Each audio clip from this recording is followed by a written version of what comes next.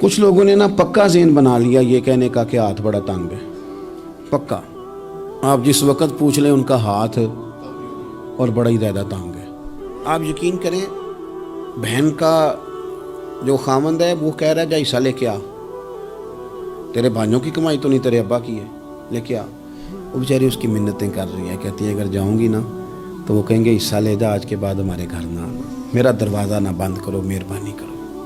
اور بھائی سے بات کرتی ہے تو کہتا ہے ہاتھ ہی بڑا تنگ ہے، جب ٹھیک ہوگا تو دے دوں گا۔ نہ کریں یہ ظلم۔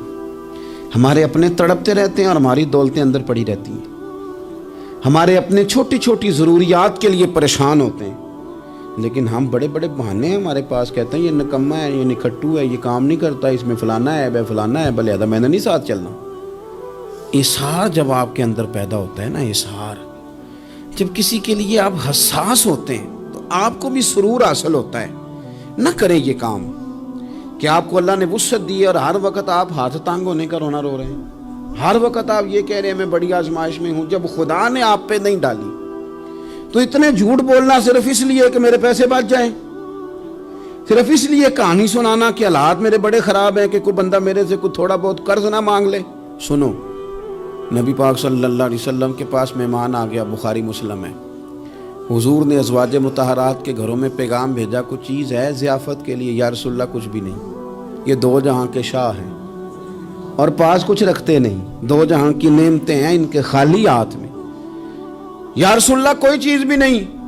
حضور نے صحابہ کے مجمع پہ نظر ڈالی، یا رسول اللہ صلی اللہ علیہ وسلم حکم ہو، تو حضور فرمانے لگے تم میں سے کوئی بندہ ہے جو اسے گھر لے جائے روٹی کھلائے۔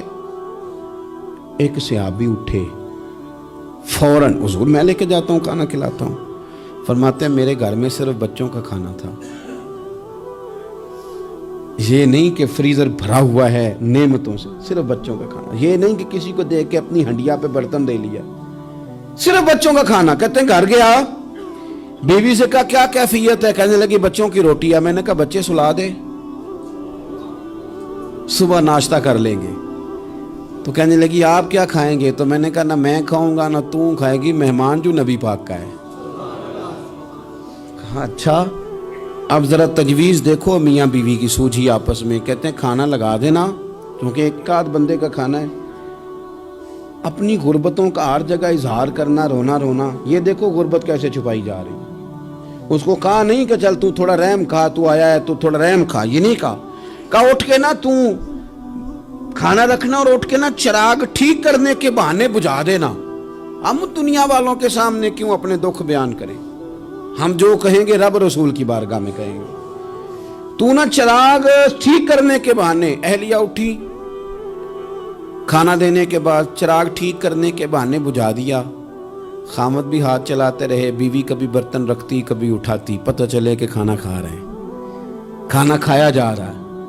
کہتے ہیں مہمان پیٹ بھر کے کھانا کھا گیا۔ یہ کام ہوا رات کے اندھیرے میں، اس وقت ہوا جب چراغ بھی بند تھا، اس وقت ہوا جب کوئی دیکھنے والا نہیں تھا، کسی پڑوسی کو بھی خبر نہیں تھی۔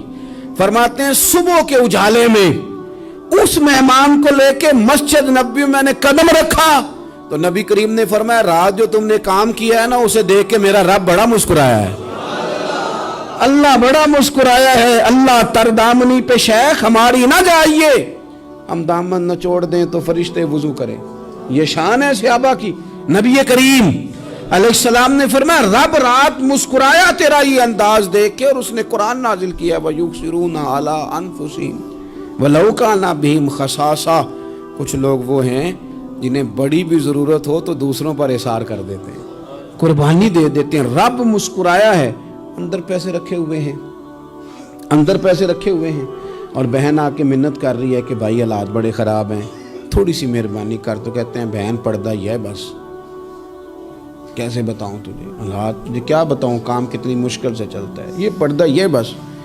بہرحال اگر تو نے کہا ہے نا 50,000 تو میں زیادہ نہیں کوئی 20 کو دے دوں گا تجھے، وہ بھی خاصی نیکی کر کے، وہ بھی بتا سکھا کے۔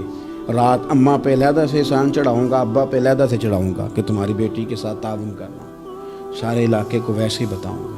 اور وہ غریبنی بیچاری 20,000 لے کے گھر گئی ہے، پہ سفارشیں کر رہی ہے کہ مہربانی کرو۔ میں نے ایسے بھی دیکھے ہیں جو پہلے بیوی کو پکڑاتے ہیں، تو دے